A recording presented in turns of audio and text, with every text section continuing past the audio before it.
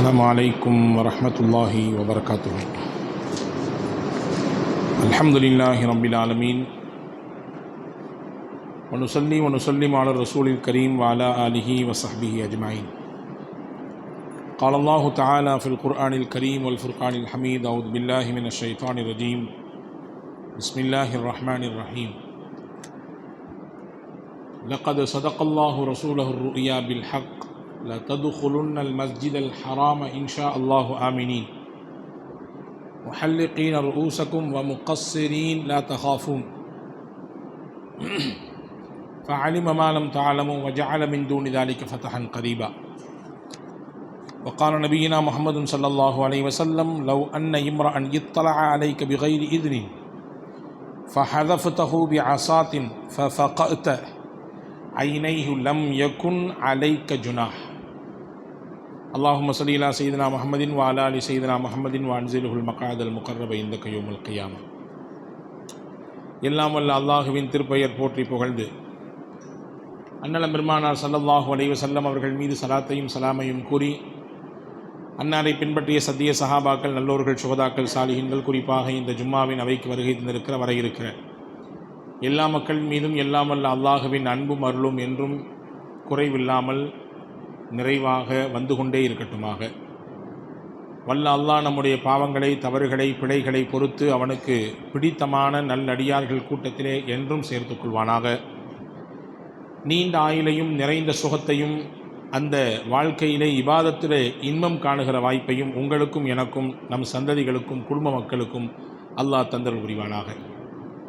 உலகை விட்டு நாம் விடைபெறுகிற நாளிலே லா இலாஹ இல்லல்லாஹ் முஹம்மது ரசூலுல்லாஹ் என்ற கலிமாவை கூறி அவனை வணங்கி வழிபட்ட மகிழ்ச்சியிலே, குதூகலத்திலே, ஆனந்தத்திலே நம்முடைய ஆத்மா உடலை விட்டு பிரிவதற்கு அல்லாஹ் தௌஃபீக் செய்வானாக. நாளை மறுமையிலே ஜன்னத்துல் ஃபிர்தௌஸ் என்ற உயர்ந்த சொர்க்கத்திலே நம்மை பெற்றவர்களை, நமக்கு கல்வி தந்தவர்களை, நம் முன்னேற்றத்திற்கு காரணமான எல்லா மக்களையும் அல்லாஹ் ஃபிர்தௌஸிலே ஒன்றிணைப்பானாக. அல்லாஹுவின் ஆலயம் காபாவையும் அன்னலம் பெருமானார் ஸல்லல்லாஹு அலைஹி வஸல்லம் அவர்களுடைய ரவுதாவையும் மீண்டும் மீண்டும் ஹஜ்ஜுக்கும் உம்ராவிற்கும் பல தடவை வந்து செல்கிற நசீபை அல்லாஹ் நம் யாவருக்கும் வழங்கி அருள் புரிவானாக. ஆமீன் யா ரப்பல் ஆலமீன். கண்ணியத்திற்கும் மரியாதைக்குரிய சகோதரர்களே, பாசத்திற்குரிய மூமின்களே, ஹியூமன் ரைட்ஸ், மனித உரிமைகள், இதை பற்றி இன்றைக்கு மனித உரிமை ஆர்வலர்கள் பேசிக்கொண்டே இருக்கிறார்கள். வருடா வருடம் டிசம்பர் மாதம் 10ஆம் நாள் ஹியூமன் ரைட்ஸ் டேஸ் என்று ஒரு நாளை அறிமுகப்படுத்தி மனித உரிமைகளின் மாண்புகளையும் அதனுடைய அவசியத்தையும், உலகத்தில் பிறந்த ஒவ்வொரு மனிதனுக்கும் அவனுக்கான தனிப்பட்ட சுதந்திரத்தையும் உரிமைகளையும் வழங்குவதனுடைய தேவையை பற்றி சர்வதேச அரங்கிலே இருக்கக்கூடிய எல்லோரும் பேசுகிறார்கள். இங்கே நாம் எடுத்துக்கொண்ட விஷயம் என்னவென்றால், மனித உரிமைகளை குறித்து மாண்புயர் மார்க்கம் இஸ்லாம் என்ன பேசுகிறது, என்னென்ன ரீதியிலெல்லாம் மனித உரிமைகளுக்கு இந்த மார்க்கம் முன்னிலை கொடுத்திருக்கிறது என்பதை குறித்து கொஞ்சம் நாம் பார்க்க இருக்கிறோம். தனி மனித உரிமைகள், சமூகத்திலே ஒரு மனிதனுக்கான உரிமை, அவன் பேசுவதற்கு, சிந்திப்பதற்கு, தான் சிந்தித்த விஷயத்தை செயல்படுத்துவதற்கான உரிமை, குறிப்பாக சமூகத்தில் இருக்கக்கூடிய பெண்களுக்கான உரிமை, அவர்களுடைய சுதந்திரம், மிக குறிப்பாக தான் விரும்பிய வழியை தேர்வு செய்வதற்கும் அந்த வழியை பின்பற்றுவதற்கும் அது சொல்லக்கூடிய விஷயங்களை பரப்புரை செய்வதற்குமான உரிமை, இதுவெல்லாம் உலகத்திலே பிறந்த ஒவ்வொரு மனிதனுக்கும் இருக்க வேண்டிய உரிமைகள். ஆனால் இது பல்வேறு நிலைகளிலே, பல்வேறு சந்தர்ப்பங்களிலே மீறப்படுகிறது. மனித உரிமைகள் காலில் போட்டு நசுக்கப்படுகிறது. மனித உரிமைகள் என்றால் எவ்வளவு, எங்கே கிடைக்கும் என்கின்ற கேள்வியோடு இன்றைக்கு உலகிலே கோடிக்கணக்கான மக்கள் வாழுகிற சூழலிலே இஸ்லாம் அது குறித்து உண்டான தெளிந்த பார்வையை எப்படி வைக்கிறது உலகத்திலே என்பதை குறித்துத்தான் நாம் இன்று பார்க்க போகிறோம். வாழ்வதற்கான உரிமையே வழங்கப்படாமல் ஆரம்ப காலத்திலே சில மக்கள் இருந்தார்கள். நாம் ஏன் பிறந்தோம், அதிலும் குறிப்பாக இந்த இனத்தில் ஏன் பிறந்தோம், இந்த நிறத்தில் ஏன் பிறந்தோம், நாம் ஒதுக்கப்படுகிறோமே, சமூகத்தால் புறக்கணிக்கப்படுகிறோமே, எந்த ஒரு இடத்திலும் முன்னிலைப்படுத்தப்படுவதில்லையே, இதற்கு புறக்காமலேயே இருந்திருக்கலாமே என்ற சிந்தனை ஓட்டத்தோடு உலகத்திலே அந்த காலத்தில் வாழ்ந்தார்கள். இன்றைக்கும் சில குறிப்பிட்ட பிரிவினர்களை இந்த கண்ணோட்டத்தோடு பார்க்கிற மக்களும் உண்டு என்பதை நாம் மறுப்பதற்கு இல்லை. ஹஜ்ரத் சையதுனா பிலால் ரலியல்லாஹு அன்ஹு, ஹஜ்ரத் சையதுனா சுஹைப் ரலியல்லாஹு அன்ஹு, ஹஜ்ரத் ஜாஹிர் இப்னு ஹராம் ரலியல்லாஹு அன்ஹு உட்பட பல சஹாபாக்களின் எண்ணப்பாடு ஆரம்பத்தில் இப்படித்தான் இருந்தது. மனிதனுக்கு சராசரி கொடுக்க வேண்டிய உயிருக்கான மரியாதையும் இல்லை, அவருடைய உடலுக்கான மரியாதையும் இல்லை, அவருடைய உணர்வுக்கான மரியாதையும் இல்லை. நீ எல்லாம் கருப்பன், உனக்கு என்ன இருக்கிறது ரைட்ஸ், உனக்கு என்ன இருக்கிறது உரிமை, நாங்கள் சொல்வதை கேட்க வேண்டும், நாங்கள் போட்ட மிச்சத்தை சாப்பிட வேண்டும், நாங்கள் காட்டுகிற திசையின் பக்கம் நடக்க வேண்டும், வாழ வேண்டும். உனக்கென்று தனியாக சிந்திப்பதற்கும் உனக்கென்று தனியாக யோசிப்பதற்கும் அதை செயல்படுத்துவதற்குமான எந்த ரைட்ஸும் உனக்கு கிடையாது என்று சமூகத்தில் ஒரு பகிரங்கமான புறக்கணிப்பை எதிர்கொண்டார்கள் அந்த குறிப்பிட்ட மக்கள். அவர்களுக்கான உரிமையை இஸ்லாம் தான் வாங்கி கொடுத்தது. நமக்கெல்லாம் தெரியும், எந்த மண்ணிலே பிலால் ரலியல்லாஹு அன்ஹு அவர்களின் உரிமை பறிக்கப்பட்டதோ, சித்திரவதை செய்யப்பட்டார்களோ, எந்த மண்ணிலே போட்டு வெயிலில் உஷ்ணத்தில் போட்டு அப்படியே பொரித்ததை போன்று அவர்களுடைய மேனியில் துணி இல்லாமல் மேலாடை இல்லாமல் அந்த சுடும் பாலைவனத்திலே போட்டு உருட்டி எடுத்தார்களோ, அதே மண்ணிலே அதே மக்கமா நகரிலே காபாவிலே ஏறு நின்று அசான் என்கின்ற இஸ்லாமியர்களை தொழுகையின் பக்கம் அழைக்கக்கூடிய ஒரு உன்னதமான அந்த அழைப்போசையை பிலால் ரலியல்லாஹு அன்ஹு அவர்கள் தான் கொடுத்தார்கள். ஜாஹிர் இப்னு ஹராம் உங்களுக்கு தெரியலாம், கிராமப்புறத்து மனிதர், அவரும் பார்ப்பதற்கு நிறத்தால் இனத்தால் சமூகத்திலே அந்த நேரத்தில் ஓரம் கட்டி வைக்கப்பட்டவர். ஆனால் ஸல்லல்லாஹு அலைஹி வஸல்லம் அவர்கள் அவரை கட்டிப்பிடித்து அணைத்ததும், அவரிடத்திலே அளவலாவியதும், அவர் கொண்டு வந்த அன்பளிப்புகளை உளமாற சந்தோஷத்தோடு ஏற்றுக்கொண்டதும், அதற்கு பிரதி உபகாரம் செய்ததும் என்று வரலாற்றிலே நீண்ட பெரிய தகவல்கள் இருக்கிறது. வாழ்வதற்கான உரிமையை இஸ்லாம் வழங்கியது. சமூகத்தின் நிறத்தை வைத்து ஒதுக்காதீர்கள், அவருடைய பாஷையை வைத்து ஒதுக்காதீர்கள், அவருடைய தோற்றத்தை வைத்து நீங்கள் அவர்களுடைய உரிமையை மறுக்காதீர்கள். சமூகத்தில் கடைநிலையிலே, பொருளாதாரத்திலே, அந்தஸ்திலே, வசதி வாய்ப்பிலே பின்தங்கிய சூழல் இருந்தாலும் அவர்களுக்கு அந்த நிலையை காரணம் காட்டி அவர்களுடைய உரிமைகளை, அவர்களுக்கான வாழ்க்கைக்கான உரிமைகளை கொடுப்பதற்கு நீங்கள் மறுக்காதீர்கள் என்று உலகத்திற்கு பறை அறிவித்து சொன்னவர்கள் முஹம்மது ரசூலுல்லாஹி ஸல்லல்லாஹு அலைஹி வஸல்லம். இப்போ வாழ்வதற்கான உரிமையை இஸ்லாம் தான் உலகத்திலே கொடுத்தது. இன்னைக்கும் பார்க்கிறோமே, நாம் வாழுகிற பகுதிகளிலும் கூட ஒரு குறிப்பிட்ட ஜாதியின் பெயரை சொல்லி அல்லது ஒரு குறிப்பிட்ட காஸ்டினுடைய பெயரை சொல்லி அவர்களுக்கு இறந்து போனாலும் கூட எங்களுடைய வீதிகளின் வழியாக அவர்களுடைய பிணங்களை அந்த சடலங்களை கொண்டு வரக்கூடாது என்று சொல்லக்கூடியவர்கள் இன்றைக்கும் உண்டே. அவர்கள் பொது நிகழ்ச்சிகளிலே முன்னிலைப்படுத்துவதும் கிடையாது. அவர்களுக்கான மரியாதையும் அவர்களுக்கான உரிமைகளும் மீறப்படுவதையும் புறக்கணிக்கப்படுவதையும் தொடர்ந்து அவர்கள் இன்னல்களுக்கும் நெருக்கடிக்கும் உள்ளாக்கப்படுவதையும் நாம் வாழுகிற இந்த சமகாலத்திலேயுமே பார்க்க முடிகிறது. இப்போதே இப்படி என்றால் ஒரு 14 நூற்றாண்டுக்கு முன்னால் பிலால் எவ்வளவு தூரம் சமூகத்திலே புறக்கணிக்கப்பட்டிருப்பார், எவ்வளவு தூரம் ஜாஹிர் இப்னு ஹராமுக்கு உரிமைகள் மீறப்பட்டிருக்கும், எவ்வளவு தூரம் அம்மாரும் யாசிர் ரலியல்லாஹு அன்ஹு அவர்கள் போன்ற சஹாபாக்களும் கடுமையான இன்னல்களுக்கு மன உளைச்சலுக்கு ஆளாயிருப்பார்கள் என்பதை நாம் கவனிக்க வேண்டும். ஆக வாழ்வதற்கான உரிமையை இஸ்லாம் பெற்றுத்தந்தது. தனிப்பட்ட சில விஷயங்கள் இருக்கிறது, ஒவ்வொருவருக்கும் தனிப்பட்ட சில விஷயங்கள் உண்டு, அதிலே இன்னொருவர் தலையிடக்கூடாது என்று இஸ்லாம் சொன்னது. எனக்கென்று சில தனிப்பட்ட விவகாரங்கள் இருக்கும், உங்கள் ஒவ்வொருவருக்கும் அப்படியான சில விஷயங்கள் இருக்கும். அதிலே மூக்கை நுழைப்பதோ, அதிலே சென்று கருத்து சொல்வதோ, அதிலே நீங்கள் உங்களுடைய கருத்தை திணிப்பதோ இப்படி எல்லாம் செய்யக்கூடாது என்று சொன்னது இஸ்லாம். சொல்லப்போனால் பிறருடைய விஷயத்தை தெரிந்து கொள்வதற்கு ஆவல் கொள்ளாதீர்கள், பிறருடைய காரியங்களை தெரிந்து கொள்வதற்கு நீங்கள் ஆசைப்படாதீர்கள் என்று சொன்னது இஸ்லாம். ஆனால் இன்னைக்கு அடுத்தவங்களை பற்றி பேசுகிறதும் அடுத்தவங்களை பற்றி தெரிஞ்சுக்கிறதும் அவங்களுடைய ரகசியத்தை போட்டு உடைத்து பேசுவதும் இன்னைக்கு அது ஒரு நம்முடைய பொழுதுபோக்குகளில் ஒன்றாக மாறிவிட்டது. ஹஜ்ரத் ரசூலுல்லாஹி ஸல்லல்லாஹு அலைஹி வஸல்லம் ஹதீஸ் ஒன்று இருக்கிறது, கவனியுங்கள். எவ்வளவு ஒரு ஆழமான செய்தியை ரசூலுல்லாஹ் உலகத்திற்கு சொல்கிறார்கள் பாருங்கள். புகாரி ஷரீஃபிலே வந்திருக்கிறது. லவ் அன்ன இம்ரான் இத்தலா அலைக்க பி கைரி இதினின், ஒரு மனிதர் நீங்கள் அனுமதி கொடுக்காமல் உங்கள் விஷயத்தை ஒட்டு கேட்கிறார், அல்லது உங்களுடைய காரியத்தை தெரிந்து கொள்வதற்காக வேண்டி ரகசியமாக வந்து நிற்கிறார். அப்படி நீங்கள் ஒருவர் நிற்க நீங்க பார்த்துட்டீங்க, ஃபஹதஃப்தஹு பி அஸாத்தின், சின்ன சின்ன கற்களை கொண்டு அவரை இப்படி சுண்டி விட்டு அடித்தீர்கள். ரசூலுல்லாஹ் சொல்றாங்க, உங்க விவகாரத்தை கேட்கறதுக்கு ஒருத்தர் ஒட்டுக்கட்டு நிற்கிறாரு, அல்லது அதை தெரிஞ்சுக்கணும்னு ஆசைப்பட்டு ஒளிஞ்சு நின்று பார்க்குறாரு, தெரிஞ்சு உங்களுடைய காரியத்தை தெரிஞ்சுக்க ஆசைப்படுறாரு.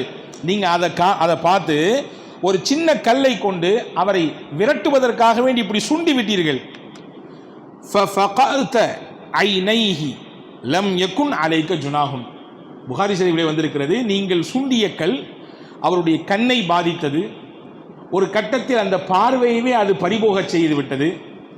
இப்படி இருந்தாலும் அவர் பார்வை போயிட்டன்றதுக்காக வேண்டி உங்க மீது குற்றம் சுமத்த முடியாது.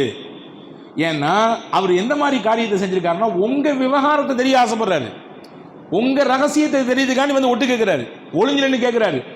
உங்களை அவமானப்படுத்தணும், உங்களை சந்தி சிரிக்க வைக்கணும், உங்களை நடுத்தர கொண்டு வரணுக்காக வேண்டி உங்கள் விவகாரங்களிலே அனுமதி இல்லாமல் அவர் தலையிடுகிறார்.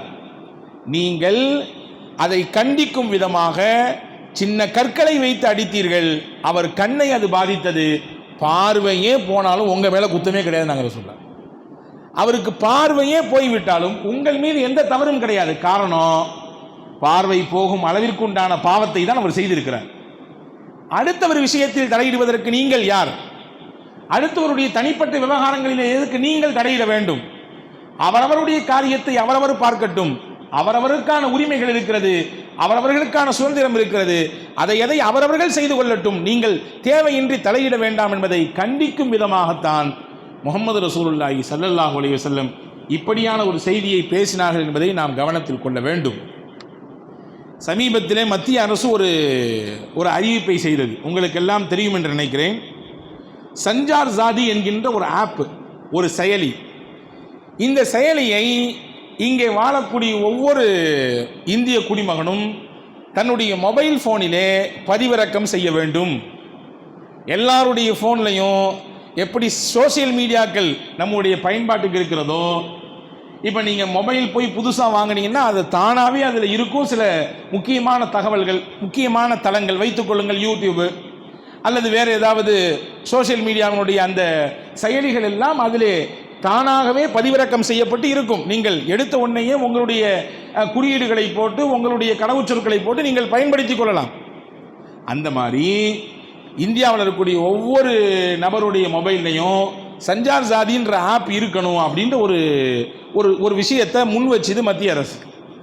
கடுமையான எதிர்ப்பு, எல்லாரும் சேர்ந்து தேவை கிடையாது, அதை நாங்கள் ஏற்றிக்க மாட்டோம், அது இருக்கணுன்ற எந்த அவசியமும் கிடையாது என்று எதிர்ப்பை பதிவதற்கு பிறகு அந்த விஷயத்திலிருந்து பின்வாங்கிடுச்சு.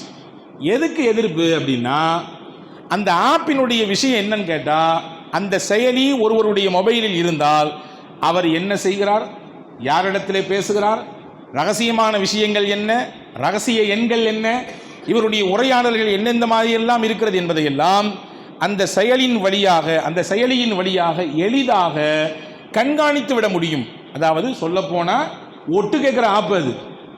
அந்த செயலி நம்முடைய மொபைலில் இருந்தால் நாம் செய்வதையெல்லாம் அது கவனித்து கொண்டே இருக்கும், போக வேண்டிய ஆட்களுக்கு அந்த செய்தியை கொடுத்து கொண்டே இருக்கும். இது செய்யக்கூடாது, தனிப்பட்ட விவகாரம் இது, ஒருவருடைய தனிப்பட்ட உரிமை இது, ஒருவருடைய தனிப்பட்ட சுதந்திரம் இது, இதிலே தலையிடக்கூடாது என்பதற்காக வேண்டித்தான் பல எம்பிக்கள் சேர்ந்து அதற்கு கடுமையான எதிர்ப்புகள் பதிவு செய்து கடைசியில் அந்த விஷயத்திலிருந்து பின்வாங்கிச்சு வச்சுங்களேன். நான் சொல்ல வரக்கூடிய செய்தி, இஸ்லாம் ரொம்ப அழுத்தமாக சொன்னது, ஒருவருடைய தனிப்பட்ட விவகாரத்தில் நீங்கள் மூக்கை நுழைக்காதீர்கள், நீங்கள் தலையிடாதீர்கள், ஒவ்வொருவருக்குமான உரிமையை நீங்கள் சரியாக கொடுத்து விடுங்கள். சொல்லப்போனால் ஒருவர் ரகசியம் வைத்திருந்தால் அந்த ரகசியத்தை கூட அவருக்கு தெரியாமல் நீங்கள் வெளிப்படுத்தக்கூடாது. ரகசியமாக ஒரு விஷயம் ஒருத்தர் சொல்றாரு, அவர் சொல்லும் பொழுதே அங்கிட்டு இங்கிட்டு பார்க்குறாரு. ரசூலுல்லாஹ் சொன்னாங்க, அவர் ஒரு செய்தியை சொல்றதுக்கு முன்னாடி இங்கிட்டு ஒரு பார்வை பார்க்குறாரு, அங்கிட்டு ஒரு பார்வை பார்க்குறாரு. அப்படின்னா என்ன அர்த்தம்? சொல்ல வரக்கூடிய செய்தி ரகசியமான செய்தின்னு அர்த்தம். அப்படி பார்த்தாலே நீங்கள் அந்த தகவலை பேண வேண்டும், யாரிடத்திலும் கடத்தக்கூடாது. இது ரகசியம், பாதுகாத்துக்கோ, யார்ட்டையும் சொல்லாத அப்படின்னு கூட அவர் சொல்ல வேண்டிய அவசியம் இல்லை. சொல்றதுக்கு முன்னாடி இப்படி அங்கும் இங்கும் பார்த்தாலே புரிந்து கொள்ள வேண்டும் அது ரகசிய செய்தி என்று. அதை பாதுகாக்க வேண்டிய கடமை சொல்லப்பட்ட மனிதருக்கு, யாரிடத்திலே நம்பி சொல்லப்பட்டதோ அவருக்கு இருக்கிறது என்று மார்க்கம் சொன்னது. ஹதீஸிலே வருகிறது, உமர் ரலியல்லாஹு அன்ஹு அவர்கள் தன்னுடைய மகளார் ஹஃப்ஸா அம்மா, அவங்களுக்கு ஏற்கனவே ஒரு நிக்கா முடிஞ்சிருந்துச்சு. ஹுனைஸ் பின் ஹுதாஃபா அப்படின்னு ஒரு சஹாபியோட நிக்கா முடிஞ்சிருந்துச்சு. இந்த ஹுனைஸ் பின் ஹுதாஃபா ரலியல்லாஹு அன்ஹு பத்ர் யுத்தத்தில் கலந்து கொண்டு ஷஹீத் ஆயிட்டாங்க, இறந்து போயிட்டாங்க. இத்தா காலம் முடிஞ்சிச்சு. முடிஞ்ச பின்னாடி தன் மகள் ஹஃப்ஸா ரலியல்லாஹுவுக்கு மறுமணம் செய்ய வைக்க வேண்டும் என்று விருப்பப்பட்டாங்க உமர் ரலியல்லாஹு. எல்லாருக்கும் விருப்பம் தானே. தன்னுடைய மகள் சிறு வயதிலேயே கணவரை இழந்திருந்தால் தகப்பனாரும் தாயும் என்ன நினைப்பாங்க, அடுத்து இந்த பிள்ளைக்கு ஒரு வாழ்க்கை ஏற்படுத்தி கொடுக்கணும், இப்படி இதை விட்டுறக்கூடாதுன்னு நினைக்கிறது இயல்பு. எல்லா பெற்றோருக்கும் வரக்கூடிய இயல்பான சிந்தனை தான். அப்படி வந்தது உமர் ரலியல்லாஹுவுக்கு. அப்போ அவங்க சூஸ் பண்ணது யாரை? உஸ்மான் ரலியல்லாஹுவுக்கு நம்ம பிள்ளையை கொடுக்கணும்னு ஆசைப்பட்டாங்க.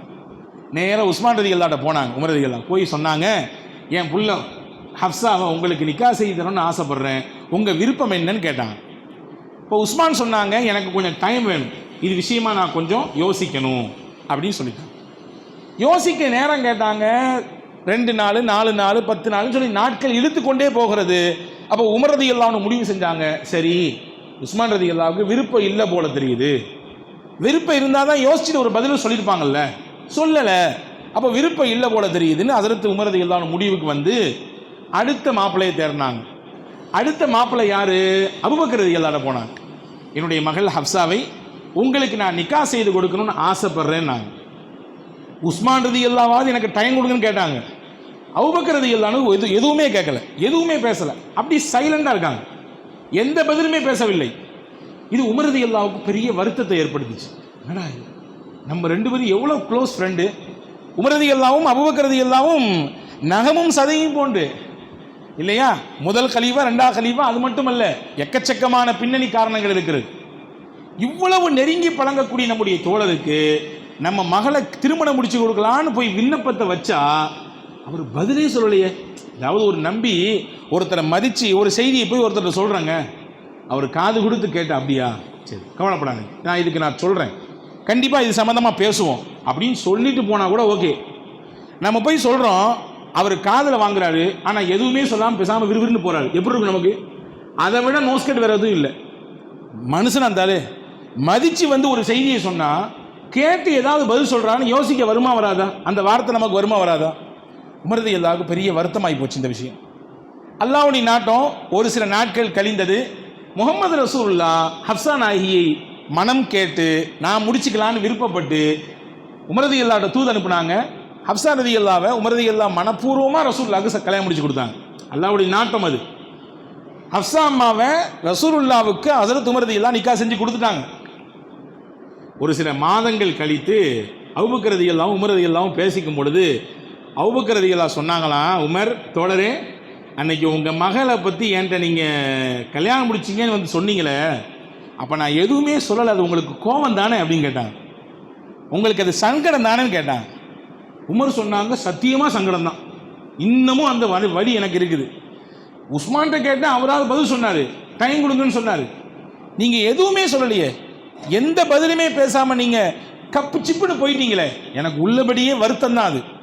இன்னமும் அந்த மருத்த மனசில் இருக்கு. சில நேரங்களில் சில இடங்களில் ஏற்படக்கூடிய வருத்தம், மன கசப்பு காலத்திற்கும் அழியாமல் மனதிலே தேங்கி விடுகிறது இல்லையா? காலத்திற்கும் அழியாமல் மனதிலே தேங்கி விடுகிறது. எனவேதான் ஒருத்தவருக்கு மன அழுத்தத்தை, மன முறிவை, மனதிலே கீறலை ஏற்படுத்த ஒருபொழுதும் நாம் காரணமாகிவிடக்கூடாது என்று மார்க்கம் சொல்கிறது. உடனே அபூபக்கர் ரலியல்லாஹு சொன்னாங்க, உங்களுடைய மன வருத்தத்துக்கு அல்லாஹ்காண்டி நான் உங்களிடத்திலே மன்னிப்பு கேட்குறேன். ஃபர்ஸ்ட்டு. 2வது ஒன்று சொல்கிறேன் கேளுங்களேன். உங்கள் மகளை நிக்கா செய்ய எனக்கு ரொம்ப ஆசை, சத்தியம் ஆசை தான். ஆனால் நானும் நபியும் ஒரு நாள் பேசி கொண்டிருக்கும் பொழுது நபி சொன்னாங்க, உமருடைய மகள் ஹஃப்ஸாவுடைய கணவர் ஹுனைஸ் பத்ரில் ஷஹீத் ஆயிட்டாரு, இதான் காலம் முடியட்டும், இன்ஷா அல்லாஹ் வாய்ப்பு இருந்தால் நாம் மனம் செய்து கொள்ளலாம் என்ற எண்ணப்பாடு எனக்கு இருக்குது அப்படின்றத மறைமுகமாக சூசகமாக சொன்னாங்க.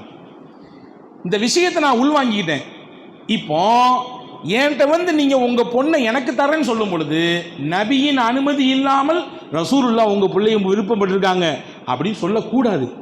ஏன்னா அது நபி என்னை நம்பி சொன்ன ரகசியம். அவர்களின் அனுமதி இல்லாமல் அந்த நிகழ்ச்சி நடக்காமல் சொல்லக்கூடாது. இப்போ சொல்லலாம். ஏன்? உங்கள் மகளை நீங்கள் கொடுத்து உங்களுடைய மருமகனாக ரசூலுல்லாவை மாற்றிட்டீங்க. இப்போ அஃப்ஸா அம்மாவும் முகமது ரசூலுல்லாவும் கணவன் மனைவி. இதுக்கு பின்னாடி இதை சொல்கிறதுல எந்த தப்பும் இல்லை. எனவே தான் அந்த ரகசியத்தை வெளிப்படுத்தி விடக்கூடாது என்பதற்காக வேண்டி நான் மறைத்தேன். அல்லாஹ் மீ சத்தியம், அபூபக்கர் சொன்னாங்க, நபி மட்டும் உங்கள் மகளை நிக்கா செய்யாமல் இருந்திருந்தால் நான் செஞ்சிருப்பேன். நான் நபி நிக்கா செய்யாமல் விட்டிருந்தாங்கன்னு சொன்னா உங்க மகளை நான் நிக்கா செய்திருப்பேன். எனக்கு அந்த விருப்பம் உண்டு என்றார்கள் ஹஜ்ரத் சையதுனா அபூபக்கர் சித்திக் ரலியல்லாஹு அன்ஹு. அன்பான சகோதரர்களே, இதுதான் ஒரு தனி மனிதருடைய உரிமைக்கு கொடுக்கக்கூடிய மரியாதை. அவர் நம்மை நம்பி சொல்லக்கூடிய வார்த்தைகளுக்கு நாம் கொடுக்கக்கூடிய ரெஸ்பெக்ட். எல்லாத்தையும் சொல்லிடாதீங்க அப்படின்னு சொல்லி நம்பி ஒன்று சொல்ல, இவர் அங்கிட்டு போன பின்னாடி இவர் 4 பேர்கிட்ட ஷேர் பண்ணுறது, அதை யார்ட்டையும் சொல்லக்கூடாது சரியா அப்படின்னு சொல்லி 4 பேர்கிட்ட சொல்கிறது, அவங்க 4 பேர்கிட்ட சொல்கிறது யார்ட்டையும் சொல்லக்கூடாது சரியா, உனக்கு மட்டும் தான் நான் சொல்லியிருக்கேன், இருக்கா இல்லையா? இப்போ தனி மனித உரிமையையும் சரி, ஒரு மனிதன் சின்ன சின்ன விஷயங்களில் எப்படி பிற மனிதனுடைய உரிமையை பேண வேண்டும், மதிக்க வேண்டும் என்பதையும் இஸ்லாத்தை போன்று உலகத்திற்கு எதுவுமே சொல்லவில்லை. இஸ்லாத்தை போன்று எதுவுமே சொல்லவில்லை. மத வழிபாட்டு உரிமை எவ்வளவு அழகாக கொடுத்திருக்கு இஸ்லாம். ஒவ்வொருவரும் அவரவர் விரும்பிய மதங்களை பின்பற்றலாம். ஆனால் சத்தியம் எது என்று சொல்ல வேண்டிய கடமை ஒரு இஸ்லாமியனுக்கு இருக்கிறது. எது உண்மை, எது பொய், எது சத்தியம், எது அசத்தியம் என்று வேறு திருத்தி வழிகாட்டக்கூடிய அந்த உரிமை, சொல்ல போனால் அந்த விஷயத்தை தெளிவுபடுத்தி சொல்ல வேண்டிய கடமை முஸ்லிமுக்கு இருக்கிறது. அதே நேரத்தில் ஒருவர் மாற்று மதத்தை பின்பற்றுகிறார், அவருடைய மத உணர்வுகளை மீறுவதோ அல்லது அவருடைய மத வழிபாட்டு விஷயத்தை மூர்க்கத்தனமாக எதிர்ப்பதோ அல்லது மூர்க்கத்தனமாக விமர்சிப்பதோ மார்க்கம் அதை விரும்பவில்லை. நபியே நீங்கள் சொல்லுங்கள், அல்லாஹ் சொன்னான், ஐயுஹல் காஃபிரூன், இறை மறுப்பாளர்களே, லா அஅபுது மா தஅபுதூன், நீங்கள் வணங்குவதை நான் வணங்க மாட்டேன், வலா அன்தும் ஆபிதூன மா அஅபுது, நான் வணங்குவதை நீங்களும் வணங்கக்கூடியவர்களாக இல்லை. இல்லையா? எவ்வளவு அழகா சொல்ல பாருங்க. எந்த இடத்திலும் நபி ஸல்லல்லாஹு அலைஹி வஸல்லம் அவர்கள் பிற மத வழிபாட்டு தலத்தினுடைய அந்த வழிபாட்டு விஷயத்திலே வரம்பு மீறி பேசினார்களா, இருக்கக்கூடியவர்களை காயப்படுத்துகிற விதத்திலே பேசினார்களா? கிடையாது. அழகா சொல்லுங்க, என்னுடைய வழி எனக்கு, உங்களுடைய வழி உங்களுக்கு, லக்கும் தீனுக்கும் வலியதி, உங்கள் மார்க்கம் உங்கள் வழி உங்களுக்கு, என்னுடைய மார்க்கம் எனக்கு, உங்கள் வழியை நோக்கி நீங்கள் போங்கள், என்னுடைய சத்திய வழியை நோக்கி நான் போவேன். எவ்வளவு அழகான எடுத்துக்காட்டு இது. எங்க கைதிகளாக பிடிக்கப்பட்டிருக்காங்க. நான் ஏற்கனவே சில பயான்களிலே சொல்லியிருக்கிறேன் இதற்கு முன்னால். எவ்வளவு தூரம் கைதி என்ற ரீதியிலே இவர் சந்தேகத்தின் பேரிலே கைது செய்யப்பட்டிருக்கிறார். இது இந்த குறிப்பிட்ட இந்த மதத்தைச் சேர்ந்தவர், இந்த குறிப்பிட்ட கொள்கையைச் சேர்ந்தவர், குறிப்பிட்ட இயக்கத்தைச் சேர்ந்தவர். இத்தனை நாள் எவ்வளவு தூரம் எங்களுக்கு ப்ரெஷர் பண்ண போட்டு வெளுத்து நையும் புடைக்க வேண்டியது இன்னைக்கு நடக்குது உலகத்தில். இருக்கா இல்லையா? ரசூலுல்லாஹ் எப்படி நடந்துக்கிட்டாங்க? வரலாற்றை கொஞ்சம் வாசியுங்கள், மெய்சிலிர்த்து போவோம். எனவே தான் நான் சொல்கிறோம், நபியை உலகத்திற்கு கொண்டு போய் சேர்த்து கொண்டே இருக்க வேண்டும். நபியை போன்று ஒரு புனிதமான மனிதரின் செயல் இந்த உலகத்தில் யாருடைய செயலும் இல்லை. நபியை கொண்டு போய் கொண்டே இருக்க வேண்டும். அதுதான் இன்றைய காலத்தில் நாம் செய்ய வேண்டிய மிக முக்கியமான விஷயம். அப்பாஸ் ரலியல்லாஹு அன்ஹு ரசூலுல்லாஹ்வுடைய வாப்பா கூட பிறந்தவர், அத்தாவோடு பிறந்தவர், சிறிய தகப்பனார். பத்ரில் கைது செய்யப்பட்டு மதீனாவில் அடைக்கப்பட்டிருக்காரு. ராத்திரி நேரம் ரசூலுல்லாஹ் போய் படுக்க போகிறாங்க, தூக்கம் வரமாட்டேங்குது. ஏன்னா ஒரு விதமான முனங்கல் சத்தம், வலியில், வேதனையில், கஷ்டத்தில் ஒரு முனங்கல் வருமல்ல, கடுமையான காய்ச்சல் அடிக்குது, ஜுரம் அடிக்குது, அல்லது ஏதோ ஒரு வலி நம்மளை போட்டு அப்படியே அனத்தி எடுக்குது, நம்ம அறியாமலேயே ஒரு முனங்கல் வரும். அந்த மாதிரி ஒரு முனங்கல். ரசூலுல்லாஹ் எட்டி பார்க்குறாங்க, சிறிய தகப்பனார் அப்பாஸ் தான் முணங்கிக்கிட்டு இருக்காரு. எதுக்கு முணங்குறாரு? அவரை போட்டு கெட்டி வைத்த கயிறு டைட்டாக இருக்குது, அந்த வலி தாங்க முடியாமல் அப்படியே முணங்குறாரு அப்பாஸ். ரசூலுல்லாஹ் தூக்கம் வருமா? அப்பா கூட பிறந்தவர், நபியினுடைய தகப்பனாரோடு பிறந்தவர். தூக்கம் வரல, புரண்டு படுக்காங்க, தூக்கம் வரல. இதை புரிஞ்சுக்கிட்டு அங்கே நடமாட்டின சில சஹாபாக்கள் வந்து, யார் ரசூலுல்லாஹ் நீங்கள் உறங்கலையா, இன்னும் நேரம் என்னாச்சு எனக்கு எப்படி வரும் தோழரே உறக்கம்? என்னுடைய இரத்த பந்தம், என்னுடைய அன்பான தகப்பனாருடைய கூட பிறந்தவர் அப்பாஸ், அவர் முணங்கிக்கிட்டு இருக்கிறாரு. ஏன்? டைட்டாக இருக்கு கட்டியிருக்கோம். அதனால சஹாபாக்கள் இதை குறிப்பால உணர்ந்து ரசூலுல்லாவுக்கு தூக்கத்தை கிடச்சிருச்சுன்னா அந்த காரியத்தை நம்ம செய்யலாமா? நேராக போனாங்க, அந்த டைட்டான கயிறை அவுத்து விட்டாங்க, கொஞ்சம் லூஸ் பண்ணி விட்டுட்டு அவரை தூங்க வச்சாங்க. கொஞ்ச நேரத்தில் முனங்கல் சத்தம் இல்லைங்க. நபி கேட்டாங்க, என்ன முனங்கல் சத்தம் காணாமே அப்பாஸ்? அவர் தூங்கிட்டு இருக்காரு. என்ன செஞ்சீங்க? அந்த கயித்தை லூஸ் பண்ணிட்டோம். நபி ஸல்லல்லாஹு அலைஹி வஸல்லம் கேட்டாங்க, பாருங்க, உலகத் தலைவர் எப்படி இருக்க வேண்டும்? சமாதானத்தை விரும்பக்கூடியவராக இருக்க வேண்டும், எல்லோருக்கும் சமநீதியை கொடுக்கக்கூடியவராக இருக்க வேண்டும். தலைமை என்றால் அதுதான் டெஃபினேஷன். எல்லாருக்குமான நீதி, எல்லாருக்குமான சம உரிமை, அதை கொடுக்கக்கூடியவராகத்தான் அவர் இருக்க வேண்டும். ரசூலுல்லாஹ் சொன்னாங்க, எங்க சின்னப்பா சிறிய தகப்பரான்றதுனால அவருடைய கயிறை லூஸ் பண்ணிட்டீங்களே, இன்னும் மிச்சம் 69 பேர் இருக்காங்க, அவங்க கையெல்லாம் யார் லூஸ் பண்ணுவான்னு கேட்டாங்க. என்னுடைய சிறிய தகப்பனார் என்பதினாலே நீங்கள் அவருக்கு தனி இதை கொடுத்துருக்கிறீங்க, மற்றவங்களுடைய கைத்தெல்லாம் யார் லூஸ் பண்ணுறது? போங்க, இங்கே கூட பாகுபாடு வேண்டாம். என் உறவை வைத்து ஒருவருக்கு ஒரு சலுகை, இன்னொருவருக்கு அந்த சலுகை இல்லை என்றால் நான் உண்மையான தலைவனாக இருக்க முடியாது. போங்கள், மற்றவர்களுக்கும் அந்த கயிற்றை எல்லாம் கொஞ்சம் லூஸ் பண்ணி விடுங்க, இறுக்கமாக கட்டியிருக்கக்கூடிய கைத்தை கொஞ்சம் அந்த கயிற்றினுடைய இறுக்கத்தை குறைத்து கொடுங்கள் என்று சொன்னார்கள்.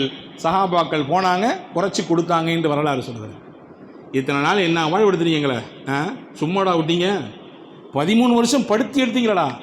இந்த ஒரு ராத்திரி நல்ல இன்னும் கேட்டு நல்ல இருக்க, எங்கள் சின்னாவை மட்டும் விட்டுரு, மற்ற எல்லாத்தையும் போட்டு நைய புடைங்க. பெருமானார் பேசவில்லை.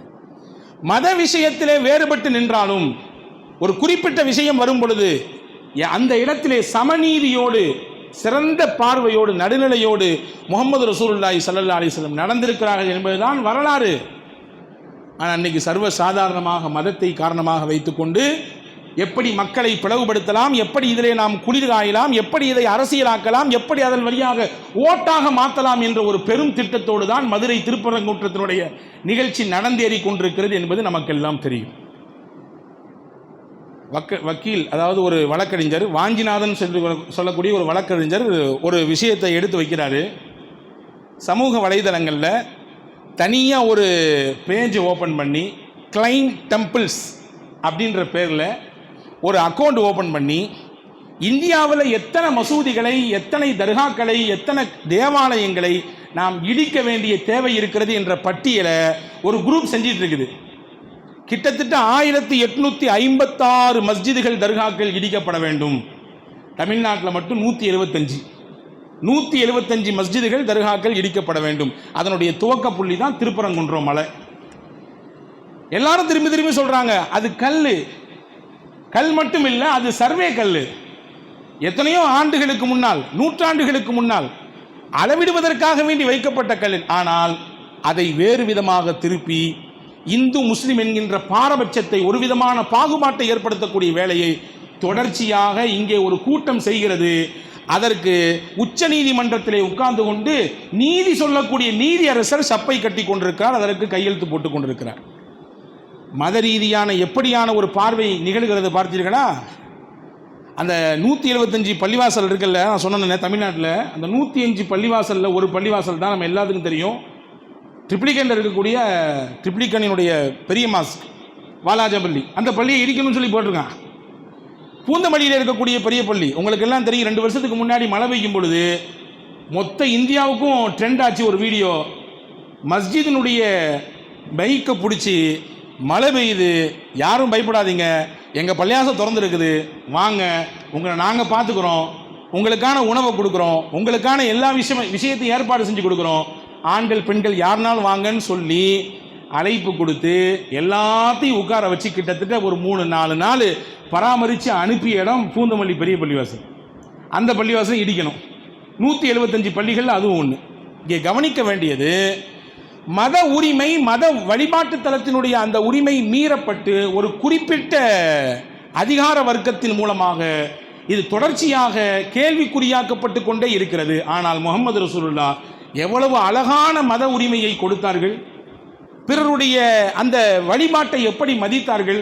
ஒருத்தர் மூசாவை தூதர் என்று ஏற்றிருந்தார், ஈசாவை தூதர் என்று ஏற்றிருந்தார், அவர்களும் மதீனாவிலே வாழ்ந்தார்கள். முஹம்மது ரசூலுல்லாஹ்வை தூதர் என்று ஏற்றுக்கொண்டவர்கள் வாழ்ந்திருந்தார்கள். அவங்கெல்லாம் நம்மளை ஏற்றுக்கலை, அடிக்கடா, அவங்களுக்கு ஆப்போசிட்டாக கலவரத்தை ஏற்படுத்துங்க, என்னென்ன மாதிரிலாம் அவங்களுக்கு அட்டாக் பண்ண முடியுமோ அட்டாக் பண்ணுங்க என்று பெருமானார் ஸல்லல்லாஹு அலைஹி வஸல்லம் எங்கேயுமே பேசவில்லையே. அப்படி நடந்த விஷயங்களை ரசூலுல்லாஹ் கண்டித்தார்கள். மூசாவின் மீது சத்தியமிட்டு ஒருவர் சொன்னார் யூதர், முகமது ஸல்லல்லாஹு அலைஹி வஸல்லம் சத்தியமிட்டு சொன்னார் ஒரு முஸ்லீம். முகமது ரசூலுல்லாஹ் ஹயாத்தா இருக்கும்போது என்ன மூசாவை பற்றி சத்தியம் சொல்கிறார், விட்டார அடி ஒரு அடி முஸ்லீம் அவருக்கு. ரசூலுல்லாஹி ஸல்லல்லாஹு அலைஹி வஸல்லம் நல்ல வேலை செஞ்ச, நீ தான் சரியான தொண்டன், இப்படி தான் தொண்டன்கள் இருக்க வேண்டும் என்று ரசூலுல்லாஹ் தட்டி கொடுக்கல, கண்டிச்சாங்க. அது என்ன நபிமார்களுக்கு மத்தியில் பாகுபாடு, ஒருத்தவங்களை உயர்த்தி இன்னொருத்தவங்களை தாழ்த்தி எப்படி அடிக்கலாம் நீங்கள் அவரை? அவருக்கான நஷ்ட ஈடுனோ அதை கொடுங்க, அவர் என்ன கேட்குறாங்களோ அதை கொடுத்து விடுங்க நாங்கள் ஸல்லல்லாஹு அலைஹி வஸல்லம். இதுதான் வழிபாட்டுக்கான மத உரிமை. அந்த உரிமையை பெருமானார் ஸல்லல்லாஹு அலைஹி வஸல்லம் மீறவில்லை. உலகத்திற்கு மத உரிமையை, மத வழிபாட்டு தலத்தினுடைய உரிமையை கொடுக்க சொன்ன, மிகச்சரியாக கொடுக்க சொன்ன மார்க்கம் இஸ்லாம். அதே போன்று இஸ்லாம் தான் பெண்களுக்கான உரிமையை கொடுத்தது. பேசுவதற்காக, சுதந்திரமாக தன்னுடைய கருத்தை சொல்வதற்கான உரிமையை இஸ்லாம் வழங்கியது. உமர் ரலியல்லாஹுடைய ஆட்சி எல்லாருமே ஒரு கொஞ்சம் ரஃப் அண்ட் டஃப்பாக பார்ப்பாங்க. ஏன்னா உமர் ரலியல்லாஹு அன்ஹு கொஞ்சம் எதையுமே வெட்டு ஒன்று துண்டு ரெண்டு, ஓப்பன் டிக்ளரேஷன், எந்த பாரபட்சமே இல்லை, யார் தப்பு பண்ணாலும் சரிதான் கேட்டுருவாங்க. உமர் ரலியல்லாஹு குறித்து சிலருக்கு இப்படியும் ஒரு பார்வை இருந்தது, அவர் கரடு முரடானவர் என்று. ஆனால் அந்த உமர் ரலியல்லாஹுவிடத்திலே ஒரு பெண்மணி இதுபோன்ற ஒரு ஜும்மாவுடைய தினத்திலே தைரியமாக எழுந்து பேசினார்கள், கருத்து சொன்னார்கள். உமர் ரலியல்லாஹு சொன்னாங்க, ஆண்கள்லாம் ரொம்ப கஷ்டப்படுறாங்க, பெண்கள் நீங்கள் எல்லாரும் என்ன இப்படி மகர் வாங்குறீங்க, கொத்து கொத்தா மகர் கேட்குறீங்களே, எப்படி கொடுக்க முடியும் ஆண்களால்? பாருங்கள், ஆண்கள்லாம் நிறைய பேர் குமர்களாக தேங்கி போயிட்டாங்க. நீங்கள் இப்போ சிரிக்கிறத பார்த்தா தெரியுது, இன்றைக்கி எங்கே ஆண்கள் குமர்களாக இருக்காங்க, பெண்கள் தான் குமர்கள் தேங்கி போயிருக்கு. அன்றைய காலகட்டத்தில் ஆண் குமர்கள் தேங்கி போயிருந்துச்சு. உமர் ரலியல்லாஹு சொன்னாங்க, பெண்களை பார்த்து கொஞ்சம் குறைச்சிக்குங்க, ஒரு குறிப்பிட்ட அளவை நிர்ணயம் செஞ்சுக்கங்க, அதுக்கு மேலே கேட்காதீங்கன்னா. ஒரு அம்மா கேட்டாங்க எந்திரிச்சு, நீங்கள் சொல்கிறத கேட்கணுமா அல்லாஹ் சொல்கிறத கேட்கணுமா? அவங்க கேட்ட கேள்வி பாருங்க, நீங்கள் சொல்கிறத கேட்கணுமா அல்லாஹ் சொல்கிறத கேட்கணுமா? உமர் சொன்னாங்க, அல்லாஹ் சொல்கிறதான் கேட்கணும் முதல்ல. இப்போ அல்லாஹ் சொல்கிறான், ஒரு தங்க பொற்குவியலை பெண்ணுக்கு மகராக கொடுத்தாலும் தகும் என்கிறான். கிந்தார் அப்படின்ற வார்த்தை குர்ஆன்ல அல்லாஹ் சொல்கிறான். கிந்தார் என்பது ஒரு பெரும் பொற்குவியல், பொற்குவியலை கொடுத்தாலுமே தகுன்றான். நீங்கள் என்ன ஒரு குறிப்பிட்ட அளவை நிர்ணயம் செய்யுங்கன்னு சொல்கிறீங்க? ஹஜ்ரத் உமர் ரலியல்லாஹு தான் கொண்ட கொள்கையிலிருந்து, தான் சொன்ன கருத்திலிருந்து பின்வாங்கினார்கள். யாருங்க பின்வாங்கினது? ஒரு மாபெரும் சமூகத்தின் ஹலீஃபா, வழிநடத்தக்கூடிய ஜனாதிபதி தான் சொன்ன கருத்திலிருந்து பின்வாங்கிறாரு. யார் சொன்ன கருத்தை ஏற்று? அங்கே இருந்த ஒரு சராசரி ஒரு பெண்மணி சொன்ன வார்த்தையை ஏற்றுக்கொண்டு. இதுதான் கருத்துரிமை, பேசுவதற்கான உரிமை, கருத்து சொல்வதற்கான உரிமை, பெண்களுக்கான உரிமை, சமூகத்தில் கடைநிலையில் இருக்கக்கூடிய மக்களுக்கான உரிமை. இது எல்லாவற்றையும் பெற்றுத் தந்தது ஹஜ்ரத் ரசூலுல்லாஹி ஸல்லல்லாஹு அலைஹி வஸல்லம் கட்டமைத்த இந்த சத்திய இஸ்லாம் என்பது. எனவே நான் ஆரம்பத்தில் சொன்ன சின்ன சின்ன விஷயங்களிலிருந்து பெண்ணம்பெரிய விஷயங்கள் வரை ரைட்ஸுகளை சரியாக கொடுக்க சொன்ன மார்க்கம் இஸ்லாம். ஒரு விஷயத்தை மட்டும் சொல்லி முடிக்கிறேன். அல்லாமா இப்னுல் ஜௌசி ரஹ்மத்துல்லாஹி சொல்கிறாங்க, நான் எட்டி பார்க்கக்கூடாது, பிறருடைய ரகசியங்களை தெரிந்து கொள்ள வேண்டும் என்று முயற்சிக்கக்கூடாது, பிறரின் மீது ஒரு விதமான காழ்ப்புணர்விலே அவருடைய ரகசியங்களை தெரிந்து கொண்டு அவருக்கு ஆப்போசிட்டாக திருப்பி அடிக்கிறது இப்படின்ற மாதிரி எண்ணப்பாடோடு இருக்கக்கூடாது என்று சொன்னேன் அல்லவா. இப்னுல் ஜௌசி ரஹ்மத்துல்லாஹி சொல்கிறாங்க, கேளுங்க. யாருக்கெல்லாம் உலகத்தில் கலிமாவோடு மரணிக்கணும்னு ஆசை இருக்குது அப்படின்னு ஒரு கொஸ்டின் வச்சா நம்ம எல்லாருமே கை தூக்குவோம். யாராவது கை தூக்காமல் இருப்போமா? எல்லாருக்கும் அல்லாஹ் கலிமாவோடு தான் மரணிக்க செய்யணும். எல்லாரும் கலிமாவோடு தான் தௌஹீதுடைய கலிமா, லா இலாஹ இல்லல்லாஹ் முஹம்மது ரசூலுல்லாஹ், இந்த வார்த்தை தான் நம்முடைய வாழ்க்கையின் கடைசி வார்த்தையாக இருக்க வேண்டும். அது வேணும்னு ஆசைப்பட்டீங்கன்னா அவங்களுக்கு கொடுக்க வேண்டிய உரிமைகளை சரியாக கொடுத்துருங்க. அந்த உரிமையை மீறுவதிலே ஒரு காலமும் நீங்கள் தடையிட்டு விடாதீர்கள். உங்களுடைய தலையீடு இருக்க வேண்டாம். அப்படி இருந்தால் நவுதுபில்லா, அல்லாஹ் பாதுகாக்கணும், அல்லாஹ் கலிமாவினுடைய நசீபை தரமாட்டான் மரணத்தில். இப்னுல் ஜௌசி ரஹ்மத்துல்லாஹி சொல்றாங்க, மன் ஹஃபிஸ லிசான லி அஜலில்லாஹி தஆலா ஃபித் துன்யா அத்லகல்லாஹு லிசானஹு பிஷ்ஷஹாதத்தி இன்தல் மௌத். யார் தன்னுடைய நாவை பிறருடைய உரிமைகள் விஷயத்திலே, பிறரை காயப்படுத்துகிற விஷயத்திலே, பிறருடைய தன்மானத்தை சீர்குலைக்கும் விஷயத்திலே, பிறரை பற்றி குறை பேசுகிற விஷயத்திலே, பிறரை பற்றி அவதூறு பேசுகிற விஷயத்திலே, பிறரின் மீது காழ்ப்புணர்வோடு புறத்தை அள்ளி பேசுகிற விஷயத்திலிருந்து தன் நாவை யார் காத்து கொண்டாரோ, ஹஜ்ரத் இப்னுல் ஜௌசி சொல்றாங்க, ஷஹாதத்தினுடைய பாக்கியம் கிடைக்கும். மௌத்தாகும் பொழுது அல்லாஹ் கலிமாவின் நசீபை தருவான். இதுக்கு நேர ஆப்போசிட்டா இந்த விஷயத்திலெல்லாம் யாருக்குமே கவனம் இல்லை, சகட்டு மேனிக்கு வந்ததெல்லாம் பேசுவார், யாரை காயப்படுத்துறதையும் பெருசாக நினைக்க மாட்டார், யாருடைய உரிமையும் அவர் கேர் பண்ணவே மாட்டார், எப்படியும் பேசுவார் எப்படியும் போவார். அல்லாஹ் பாதுகாக்கணும். இப்னுல் ஜௌசி ரஹ்மத்துல்லாஹ் சொல்கிறாங்க, அவருடைய நாவு இருக்கும், கலிமாவின் அந்த எண்ணப்பாடும் உள்ளத்தில் இருக்கும், ஆனால் நாவிலே கலிமா வராதுன்னா. அவர் மரணிக்கும் பொழுது அவர் நாவிலே கலிமா வராதுன்னா. அல்லாஹ் தௌஃபீக் செய்வானாக. உண்மையாக இந்த உலகத்தை விட்டு மரணிக்கிற பொழுது கலிமாவோடு மரணிக்கிற நல்ல பாக்கியத்தை உங்களுக்கும் எனக்கும் எல்லா மக்களுக்கும் வழங்கி அருள் புரிவானாக. அவரவர்களுக்கான உரிமையை இஸ்லாம் எப்படி மிகச்சரியாக நீதத்தோடு நேர்மையோடு கொடுக்க சொல்கிறதோ அதை மிகச்சிறப்பாக கொடுப்பதற்குரிய நசீபை அல்லாஹ் நம் யாவருக்கும் வழங்கி அருள் புரிவானாக. ஆமீன். வாஹிரு தாவானின் அல்ஹம்துலில்லாஹி ரப்பில் ஆலமீன். அஸ்ஸலாமு அலைக்கும் வரஹ்மத்துல்லாஹி வபரகாத்துஹு.